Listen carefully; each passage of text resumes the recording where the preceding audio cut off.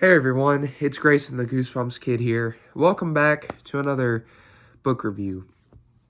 Today, we'll be taking a look at a Give Yourself Goosebumps book, and that book is one that I kind of took breaks on here and there trying to read because I really didn't enjoy this story as much as some of the other ones. But it wasn't bad. Like, I still think there's a couple others that aren't as good as this, but it definitely was a step down from the previous one that I read.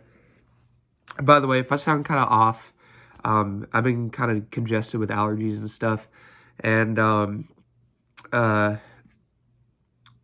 just a lot of stuff going on.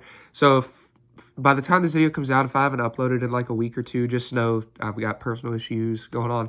But I should be able to get more reviews up since, my birthday is coming up, and I got a special book review for my birthday, which you guys will see, and I should have a book haul here soon as well. But anyway, the Give Yourself Goosebumps book that I'm going to be reviewing today is book number 8 in the series, The Curse of the Creeping Coffin. The cover was definitely appealing. Definitely like a Halloween, spooky type book. This month is basically just going to be focused on a lot of spooky Halloween stuff. So, Curse of the Creeping Coffin, what is it about? So, if you never read one of the Give Yourself Goosebumps books before, basically, the books are in, like, second-person point of view.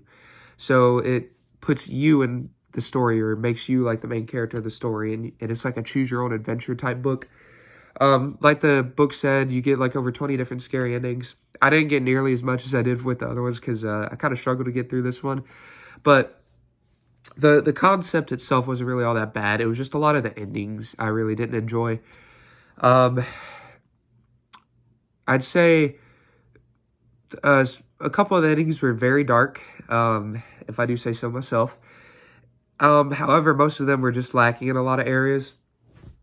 But you're off to visit your grandmother in this book when that is right next to a graveyard. But you soon realize that the gravestones and the headstones start to move. All of a sudden, you start seeing ghosts pop up, and one of them's name is Elvira, spooks you. Then you get some more info on it. Turns out the ghosts that are appearing are actually because of a curse. And the curse, once all the tombstones rise up and spell out a certain phrase, you will be cursed. The curse cannot be broken after that point, and you will die. So it is up to you to try to defeat and push back all these ghosts and save the day. Save your grandma, all that. So you meet up with this ghost hunter, everything, depending on your choices, and you go to take down all these evil ghosts. So the routes you take for this book were definitely dragging on in a lot of areas, if I do say. Just a lot of the characters weren't really all that interesting. The grandma was stupid. I did not like the grandma. In real life, I love my grandma, but in the book, this grandma is very dumb. Never, ever, ever trust your parents when it comes to books like these. Like, if you're a main character in a book, do not tell anybody the truth except, like, your close friends, because parents aren't going to believe you, grandparents aren't going to believe you, strangers aren't going to believe you, at least most of the time. Anyway. I didn't like how this book, depending on what you chose, it would, like, make you go back to what you originally did. Now, I don't mind if it has, like, 1 or 2 parts in there where it makes you do that, like some of the books that I've read before and done. But when you go through here and it does this, like, every other time you make a choice, it gets kind of repetitive after a while, and it gets annoying because you just want to get through the book. Some of the deaths in these books, depending on what happens, or, like, some of the bad endings, are dark, like I've said before, and there's some gore involved in here, which I think is pretty neat. Not something you see a lot in an R.L. Stine book. However, the main way that, like, the main ending, in my opinion, like, after you've done all this stuff, which I won't spoil, I'm trying not to spoil most of these endings, but I do say it was kind of anticlimactic, really.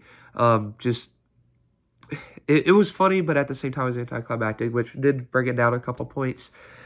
However, what brings this book up are just the dark moments and some of the hilarious moments that you get with some of the ghosts. Especially a part where you have to, like, do an I Spy, or not I Spy, just a hide and go seek with a ghost head and bring it back to him, and it just magically transforms. I did enjoy that part. Just a lot of the ghosts really were just not that appealing. There were a couple that were very exciting, but other than that, just very not good. The twin ghost part, well, it was hilarious, but, did get a little annoying. Now, I haven't seen a lot of people review this. I haven't really checked out most reviews for Give Yourself Goosebumps books. I'm sorry. Just Give Yourself Goosebumps book isn't really my favorite out of the whole Goosebumps series.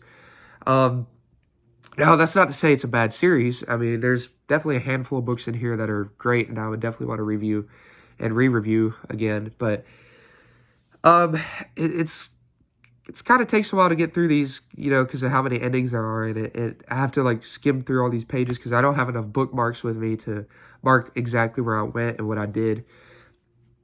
The setting where you're at a house and you're having to take down ghosts does feel like Ghostbusters, and while I do love the Ghostbusters premise, I do think the movies are told a lot better than the book is. I definitely do think there were some references to Ghostbusters in here. The hunter himself, though, if I have to find him, where is it? Page 16. Yeah, the McFarlane guy, Mac McFarlane. One of the worst ghost hunters I have ever seen or read in a Goosebumps book, or just, read about in general. The worst Ghostbuster to ever have on a team. This man is lazy, does not do anything. He makes you do the ghost hunting and the solving the problem part because, there's too many ghosts. That dude sucked. I don't even know why I asked for his help. I mean, sure, he gave me a map to figure out how to do this, but hey, you could have helped me out even more. So, yeah, did not like him. Just, I don't know. This just felt like a different Give Yourself Goosebumps book compared to some of the other ones. And not really the best Halloween type story that you could read for October. But, it wasn't bad. Like, I would read it again, but definitely not in a couple months span. I'd probably give it like a B or a C, but we'll get to the grading system in a moment. However, the dark moments really do save this book, really. But not by much, though. So, Curse of the Creeping Coffin, man, definitely did get lackluster in a lot of areas. But, did enjoy like some of the Ghostbuster references and all that. Hey, you guys might have a different opinion than me. This is all a matter of opinion. Just me personally, not really a fan of this. Cover's pretty cool. I don't know if Tim Jacobus did this one, but really do enjoy the cover. Most of the endings kind of were lackluster, but a few of them were pretty good. So, that has been my review on The Curse of the Creeping Coffin. Let me know everyone's thoughts on it down in the comment section down below. If I had to rate it on a scale of 1 to 10, probably give it about a 7.5. Not the greatest one that I've read, but still, I mean, it's not terrible. If you guys want to check it out for like Halloween, go ahead, but definitely will not be re-reviewing this for a while. Definitely one of my least favorites that I've read, which, is unfortunate, but some of them are swings and a miss, so let me know your thoughts on this book down in the comment section down below. But in the meantime, my birthday's coming up next Monday, or less than a week away, depending on either I get this review up tonight or tomorrow morning, just depends. So make sure to stay tuned for my special review coming out on my birthday, October 9th. Mark your calendars, mark your community tab, whatever. Make sure to wish me happy birthday on October 9th on a Monday. Gonna be 17 soon. Feels great. Just really hate I got congestion right before then. I'm hoping it goes away by next Monday, but it is what it is. Just at least hope it gets under control, or at least better to where it's not bothering me as much. But thank you all so much for watching. Make sure to join our Goosebumps Discord server. I'll leave a link to that in the description down below. And I'll also leave a link to my buddy Minnesota Goosebumps fan server as well. So thank you all so much for watching this review. I will see you in my special Goosebumps book review next week. And yeah, God bless you all. Have a great night. Bye, everyone. God bless.